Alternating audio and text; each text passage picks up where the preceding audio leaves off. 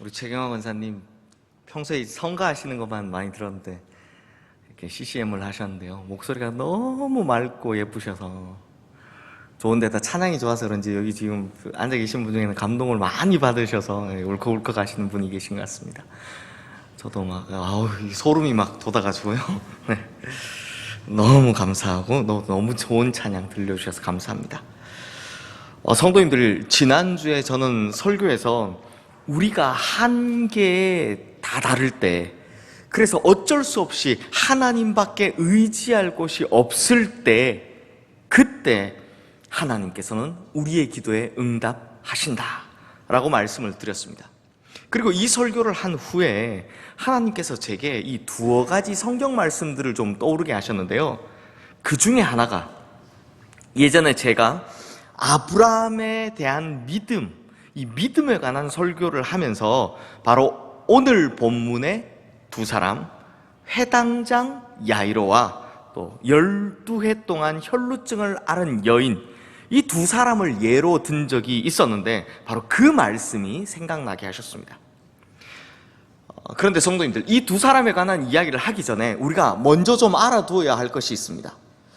디모데후서 3장 16절 말씀에 보면 모든 성경은 하나님의 감동으로 된 것이다 라고 말씀하죠. 여기서 하나님의 감동, 이것을요 공동번역 성경에서는 하나님의 계시라고 번역하였고, 새번역 성경에서는 하나님의 영감이라고 번역을 했습니다. 그리고 이걸 헬라어 원어로 보면 하나님의 감동으로 된 것, 이 말이 사실은 한 단어로 되어 있습니다. 바로 데오프뉴스토스라고 하는데요, 이 말이요 성경에서 여기 딱 한 번, 그러니까 디모데후서 3장 16절에 딱 한 번만 쓰여졌습니다. 그러다 보니 이 단어를 좀 해석하기가 어렵습니다. 왜냐하면 여러 곳에서 쓰였으면 이게 뉘앙스라든지 이런 걸 보면서 참고할 것들이 참 많은데 여기에 딱 하나밖에 없으니까 해석하기가 어렵더라라는 것입니다. 그러다 보니 이 단어를 잘못 해석하시는 분들이 계십니다. 그래서 어떤 분들이 말하기를 성경은 하나님께서 한 글자 한 글자 다 일일이 불러주시고 성경의 저자는 그냥 그걸 기계적으로 받아 썼다라고 해석을 하는데요, 이걸 신학에서는 이제 축자 영감설 혹은 기계적 영감설이라고 부릅니다. 그런데 실상은 그렇지가 않습니다. 성경은요, 성경의 저자가 하나님의 감동을 받은 것은 분명한 사실이지만 충분히 본인의 의도와 의식을 가지고 쓴 글입니다.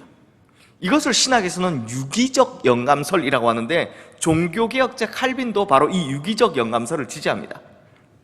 이 유기적 영감설에 대해서 성경에서 가장 확실하게 드러나는 증거가 있는데요, 바로 누가복음의 첫 시작인 누가복음 1장 1절에서 3절 말씀입니다. 여기에 보시면 우리 중에 이루어진 사실에 대하여, 그러니까 이 말은 예수님의 이야기에 대하여 처음부터 목격자와 말씀에 일꾼된 자들이 전하여준 그대로 내력을 저술하려고 붓을 든 사람이 많은지라. 그러니까 예수님의 이야기를 전하려고 글을 쓴 사람들이 많았다라는 것입니다. 그 모든 일을 근원부터 자세히 미루어 살핀 나도 데오빌로 각하에게 차례대로 써보내는 것이 좋은 줄 알았노니. 그러니까 누가가 누가복음을 쓸 때 자기 스스로 상당히 많은 조사를 하고 또 이 일에 대해서 굉장히 열심히 연구했다라는 것을 알 수 있죠. 그리고 누가의 말에 의하면 다른 복음서 저자들도 그렇게 했다라는 것입니다. 그러므로 성경을 쓸 때 하나님께서는 이 성경 저자의 성품이나 기질, 재능, 또 그 사람의 어법, 문체, 이걸 다 그대로 사용하지만 그 글이 하나님의 뜻과 의도에 벗어나지 않도록 성령께서 그 사람을 감동해서 붙들어 주셨다라는 것입니다. 그래서 성경에는 역사를 기록하듯 시간의 순서대로 일어난 사건 그대로를 쭉 기록한 부분도 있지만, 그렇지 않은 곳에서는, 사실 더 많은 곳에서는 전하고자 하는 내용에 따라 또 강조하고자 하는 내용에 따라, 그리고 이 글을 읽는 수신자들의 이해를 돕기 위해 등등, 이 글을 편집한 저자의 의도가 분명히 포함되어 있다는 것입니다.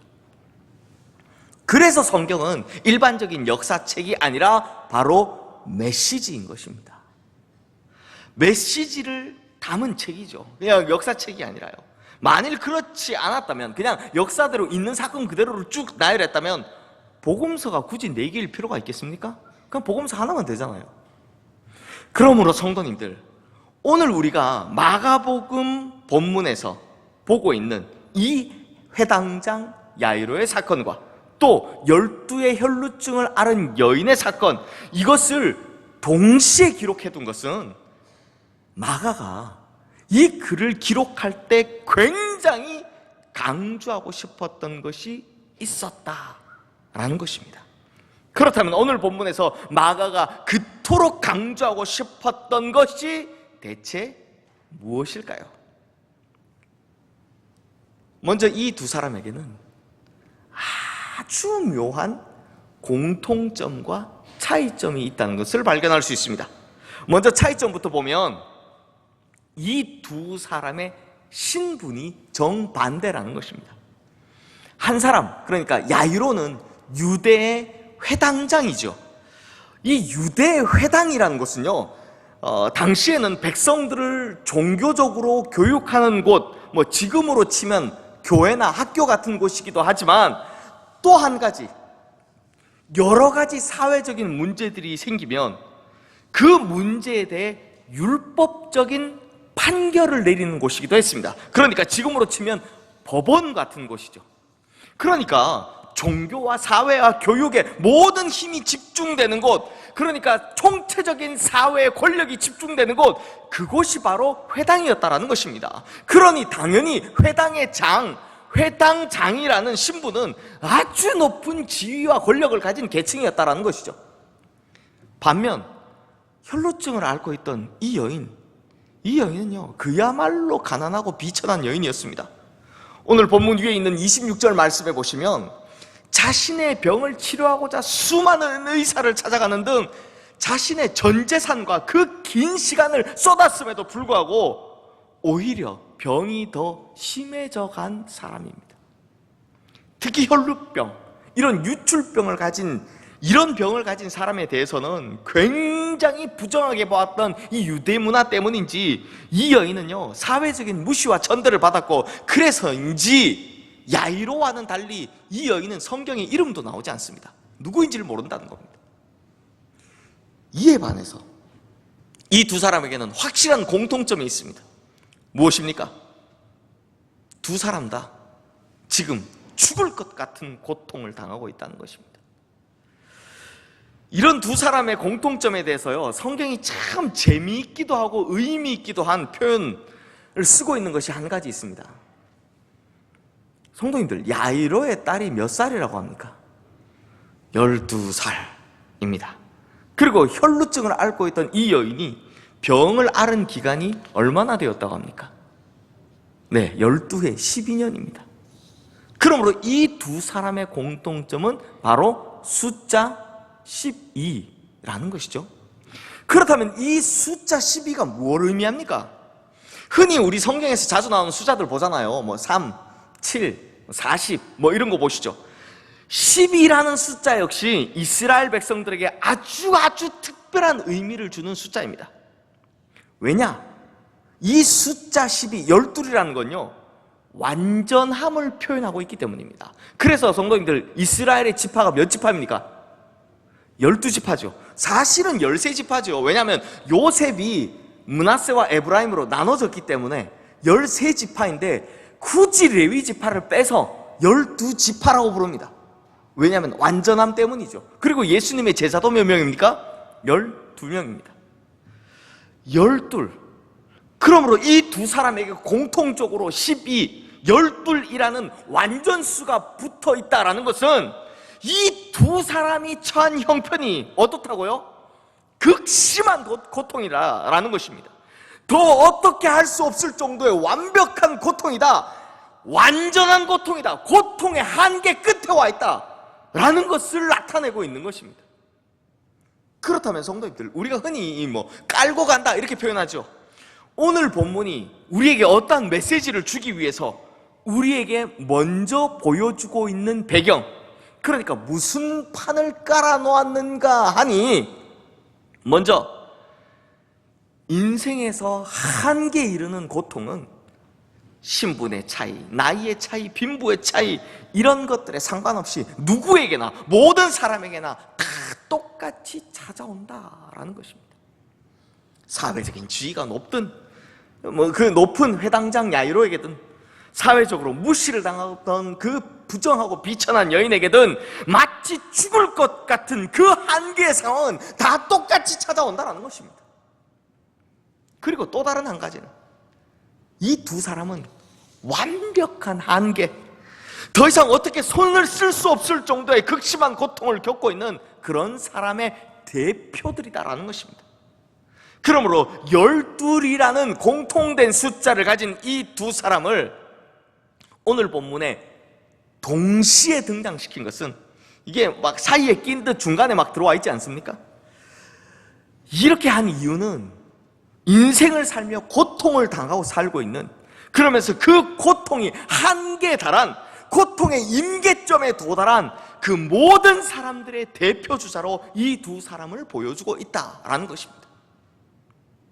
그렇다면 이 두 사람 모두 어떻게 그 고통에서 해결될 수 있었습니까? 먼저 오늘 본문이 34절 말씀 우리 함께 읽겠습니다. 예수께서 이르시되 딸아 내 믿음이 너를 구원하였으니 평안히 가라 내 병에서 놓여 건강할지어다. 그리고 36절 말씀도 함께 읽겠습니다. 예수께서 그 하는 말을 곁에서 들으시고 회당장에게 이르시되 두려워하지 말고 믿기만 하라 하시고. 즉 이 말씀에서 우리가 찾아낼 수 있는 인생의 극악한 고통에서 벗어날 수 있는 방법, 그것은 바로 믿음이다라는 것입니다. 믿음이 우리를 구원할 수 있고 믿음이 우리를 평안케 한다라고 하죠. 그래서 제가 이전 이 아브라함 설교를 할 때 이 두 사람을 예로 들면서 아브라함의 믿음에 관한 설교, 그러니까 갈 바를 알지 못하고 가야만 했던 그 아브라함의 믿음에 관한 설교를 한 적이 있습니다. 그런데 오늘은요, 이 두 사람의 공통점에 대해 한 가지 더 살펴보려고 합니다. 그것이 무엇이냐? 바로 예수님과의 터치입니다. 접촉입니다. 먼저 이 12해 동안 혈루병을 앓은 여인, 이 여인은 그 오랜 시간 동안 고통스러운 질병에 시달렸어야 했을 뿐만 아니라 그걸 고쳐보겠다고 자신의 전 재산을 다 허비했으니 그 사람의 삶이 얼마나 피폐하고 고단했겠습니까? 특히나 이 유대 사회는요, 여자로 태어난 것만 해도 부정하다라고 여겨지던 사회인데, 여자로서는 최고의 부정한 병이라던 이 혈루병까지 앓고 있었으니 밖에 나가서 길거리에 사람을 만나러 돌아다닌다든지 친구를 만나러 간다든지 하는 것 상상도 할 수 없었던 일이죠.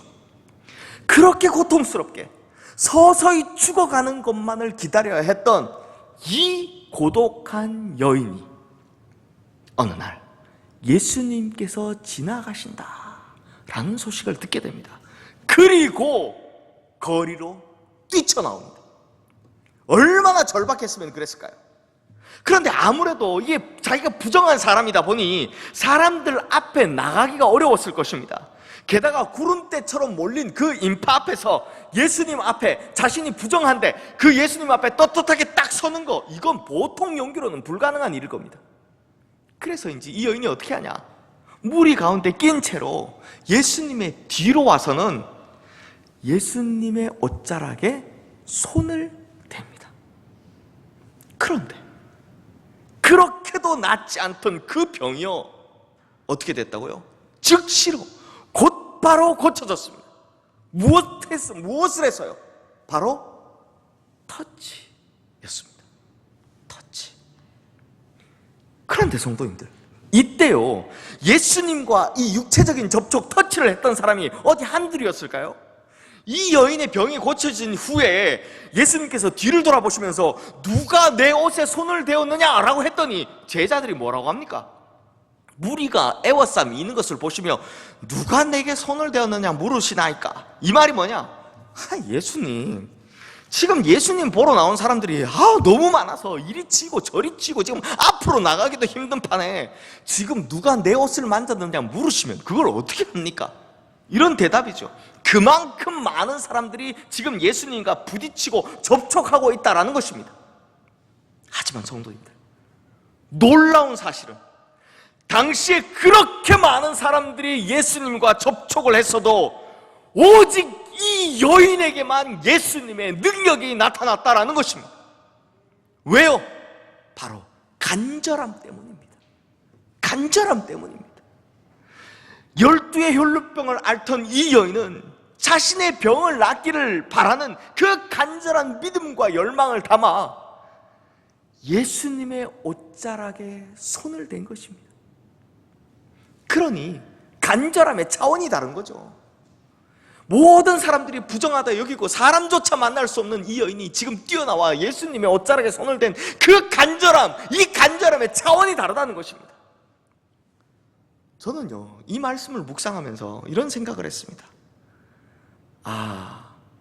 우리의 예배가 이렇게 했구나. 성도님들, 이 한 주일만 해도요, 예배당에 나와서 혹은 온라인으로 예배 드리는 사람이 이 땅에, 이 나라에 수백만 명은 될 겁니다. 우리 교회도 매주일 1000명 이상의 사람이, 성도님들이 온라인과 오프라인으로 예배를 드리죠. 그런데 성도님들, 우리가 예수님을 구경하러 나왔던 이 많은 무리와 같다면 우리에게는 아무런 역사도 일어나지 않고 우리에게는 아무런 주님의 능력도 발휘되지 않습니다. 그냥 지금 예수님 옆에 서 있기는 한데 그냥 예수님께 부딪히고 간 그 사람들과 똑같이 되는 것이죠. 하지만 간절한 믿음과 열망으로 예배 드리는 사람은 다릅니다. 이 12의 혈루병을 앓은 여인에게서처럼 간절함으로 드리는 자, 이 간절함으로 예배 드리는 자에게 일어나는 그 예수님과의 터치는요, 주님의 능력이 발휘되고 주님의 역사가 일어나는 터치가 되는 것입니다. 그러므로 이 무리들에게서 일어났던 그저 어쩔 수 없이 일어난 물리적인 터치가 아무런 능력을 발휘하지 못했던 것처럼 우리의 예배도 그냥 주일이니까 어쩔 수 없이 드리는 그런 기계적인 예배가 돼서는 아무런 능력이 우리에게서 발휘될 수 없다는 것입니다. 왜냐하면 예수님께서는 자신을 간절히 바라는 이들에게만 그 능력을 발휘하시기 때문입니다. 그러므로 우리 성도님들은 주님 앞에 나올 때마다 이 12의 혈루병을 앓은 여인의 간절함, 그 손을 뻗었던 그 간절함과 같은 마음으로 주님 앞에 나와 그분의 능력을 한껏 경험하시는 성도님들 되시기를 주님의 이름으로 축원합니다. 그런데 성도님들, 주님과의 터치가 중요한 진짜 이유가 있습니다. 레위기 15장 1절에서 8절 말씀에 보면 누구든지 유출병, 즉 혈루병을 앓는 사람이 있으면 이 사람은 무조건 부정하기 때문에 그 사람이 누웠던 침상도 앉았던 자리도 다 부정해진다라고 합니다. 특히 유출병 있는 자의 몸에 접촉하는 자, 즉 터치하는 자는 무조건 이 사람도 부정하게 된다라고 합니다. 왜 그렇게 했는가 하면 사회적으로 보면 전염병이 안 옮기 위해서 이런 것도 있지만 그 사람의 부정함이 넘어가기 때문이다 라고 생각했기 때문입니다. 좀 어려운 표현으로는 그 사람의 부정함이 전가되기 때문에, 우리식 표현을 하면 전도되기 때문에 그 사람도 부정해진다라고 생각했던 것입니다. 그런데 이 부정한 여인이 누구에게 손을 대었습니까? 바로 예수님이었습니다. 이것이 무슨 말이냐면요, 전가되었다라는 것입니다. 즉 이 여인의 모든 부정함이 바로 예수님께 예수님께로 전가되었다, 넘어갔다라는 것입니다. 그리고 그 터치가 있자마자 이 여인의 병이 즉시로 나았다는 것은 이 여인의 모든 부정함이 예수님께 오롯이 전가되었다, 다 가져가셨다라는 것입니다. 그리고 회당장 야이로의 딸을 한번 보십시오. 예수님께서 이 혈루병 걸린 여인에게 신경 쓰시는 동안 회당장의 집에서 사람들이 와서는 당신의 딸이 죽었나이다 라고 합니다. 이미 죽었다라는 것입니다. 그런데 예수님께서 나중에 가셔서 이 딸을 보시더니 하시는 말씀이 죽은 게 아니라 잔다 라고 합니다. 그리고는 이 아이의 손을 잡고 일으켜 세우십니다. 그런데 바로 그 순간, 즉 이렇게 예수님과의 터치가 일어나는 순간, 놀랍게도 죽었던 그 소녀가 살아 일어나 걷게 됩니다. 그럼 이건 또 무슨 말입니까? 심지어 이 소녀의 죽음마저도 예수님께 전가되었다라는 것입니다. 그러므로 이 두 사건은요, 우리의 모든 죄와 부정함과 죽음을 대신 지시고, 그러니까 우리의 모든 죄와 부정함과 죽음을 전가받으신 채, 다 가져가신 채 십자가에 달려 돌아가신 그 사건을 이미 암시하고 있는 것입니다. 예수님께서 우리의 모든 죄와 부정함과 심지어 죽음마저도 전가받으시는 분이시다, 가져가시는 분이시다, 그게 바로 이 본문에 이미 나와 있다는 것입니다. 뿐만 아니라 이 두 사건은 죄로 인해 죽을 수밖에 없는 우리를 생명의 주님, 부활의 주님께서 다시 살려내신다는 것을 확실하게 보여주고 있는 것입니다. 이미 예수님의 부활을 암시하고 있는 것이죠. 바로 이 메시지가 바로 마가가 이 두 사건을 동시에 기록해 놓은 그 편집 의도라는 것입니다. 그러므로 성도님들, 우리에게도 이런 주님과의 터치가 있어야 합니다. 매 주일의 예배, 매 기도 시간마다 이런 주님을 만나야 우리의 삶에 주님의 능력이 발휘되는 것입니다. 주님과의 이런 터치를 경험해야 우리의 삶에 변화가 일어나고 역사가 일어나게 된다는 것입니다. 그러므로 이것을 위해서 우리 성도님들의 모든 예배의 자리에는 항상 간절한 믿음과 간절한 열망으로 채워지기를 주님의 이름으로 축원합니다. 또한 그 예배의 자리가 삶의 자리로도 이어져 삶의 모든 순간에도 항상 주님을 향한 간절한 믿음과 열망으로 살아가시기를 주님의 이름으로 축원합니다. 그렇게 된다면 우리 성도님들의 인생은 하나님의 놀라운 역사를 경험하며 엄청난 변화와 놀라운 역사의 주인공이 되는 인생이 될 줄로 믿습니다. 이제 말씀을 마무리하겠습니다.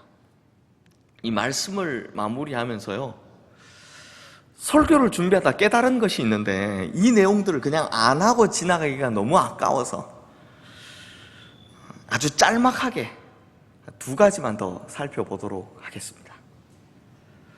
먼저 앞서 말씀드린 대로 이 회당장 야이로는 사회적으로 굉장히 높은 지위에 있는 존경받는 사람이었고요, 흔한 말로 세상 부러울 것 없는 모든 것을 다 가진 사람이었습니다. 그런데 성도님들, 이 야이로라는 사람의 이름의 뜻이 뭔지 아십니까? 야이로라는 사람의 이름의 뜻, 이 야이로라는 이름의 뜻은요, 내가 일으키리라, 내가 살리리라 입니다. 하지만 이 야이로가 병든 자신의 딸을 일으켜낼 수 있었습니까? 이 야이로가 죽은 자신의 딸을 살려낼 수 있었습니까? 아니죠. 할 수 없었습니다. 그래서 세상 부러울 것 없이 다 가진 사람, 이 야이로가 예수님께 나와 외친 첫 마디가 무엇이냐? 내 어린 딸이 죽게 되었습니다 였습니다. 속수무책이라는 거죠. 그저 무기력하게 죽어가는 딸아이를 그냥 바라보고 있을 수밖에 없었다라는 겁니다. 그리고 예수님께서 오시기 전 결국 이 딸아이는 죽게 됩니다. 하지만 성도님들, 예수님께서 이 딸아이의 손을 잡고 뭐라고 외치십니까? 달리다굼 이라고 외치십니다. 그런데 이 달리다굼이라는 말은요, 헬라어나 히브리어가 아닙니다. 이 말은 당시 공용어로 사용되던 아람어입니다. 그리고 그 뜻이 무엇이라고 합니까? 바로 일어나라입니다. 그러니까 예수님께서는 그냥 아무런 의미 없이 달리다굼이라고 외치신 것이 아니라 야이로의 이름의 뜻과 똑같은 뜻을 가진 아람어로 말씀하셨다는 것입니다. 그런데 어떻게 됩니까? 무기력했던, 아무것도 할 수 없었던 야이로와는 달리 예수님께서는 달리다굼, 일어나라 라고 외치자 진짜 이 소녀가 살게 되었다는 것입니다. 성도님들, 이것이 무슨 말입니까? 뭐 설교를 하자면 해당장이니까 율법이 못하는 것을 예수 그리스도께서는 하실 수 있습니다, 이렇게 할 수 있지만, 정말 제가 느낀 것이 뭐냐면요, 사람이 할 수 없는 것을 우리 주님께서는 하실 수 있다라는 것입니다. 사람이 할 수 없는 것을 우리 주님은 하실 수 있다라는 겁니다.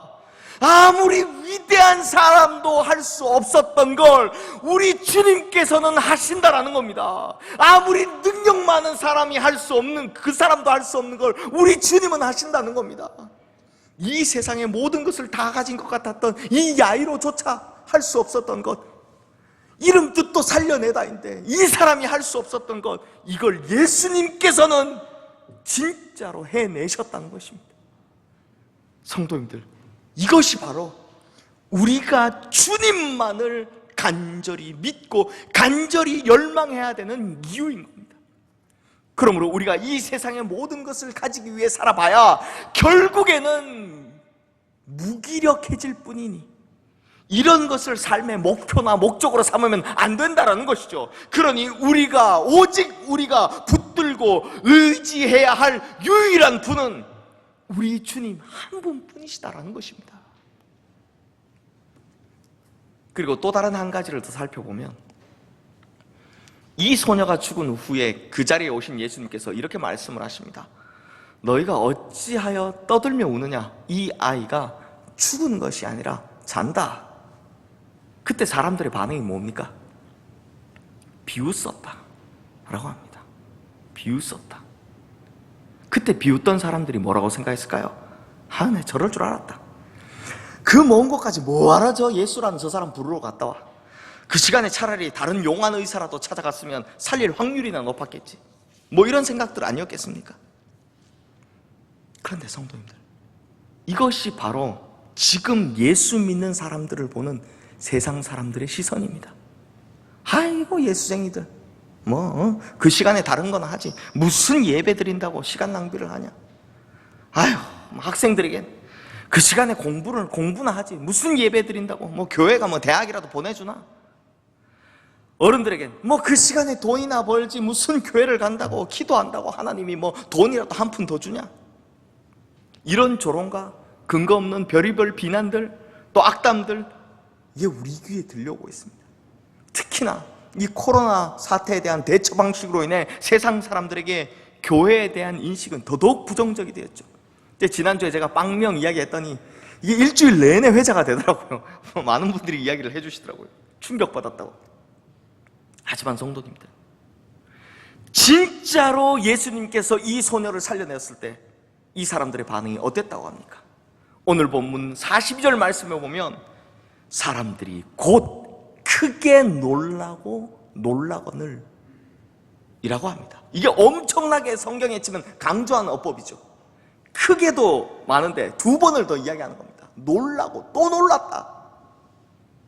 마찬가지입니다. 우리 주님 유일한 한 분만을 간절히 믿고 열망하면 우리에게 능력이 일어나고, 그러면 그 능력을 본 이 세상 사람들이 놀라게 될 것입니다. 어떻게 해요? 곧 크게 놀라고 또 놀라게 될 것입니다. 그러니까 우리가 좀 똑바로, 좀 제대로 예수님을 믿으면 이 세상 사람들이 그때는 우리를 좀 다르게 볼 것이다 라는 것입니다. 바로 이것이 이 시대의 예수 그리스도의 이름을 다시 회복하는 길이고 복음을 다시 세우는 방법입니다.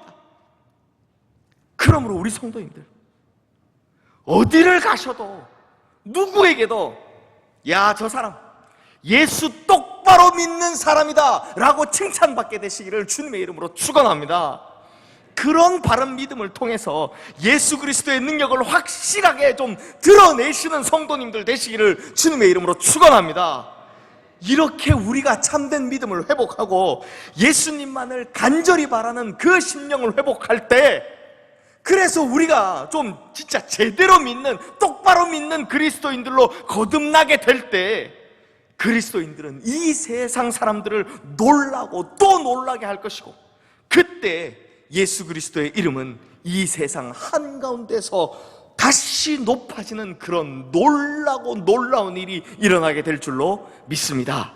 기도하겠습니다.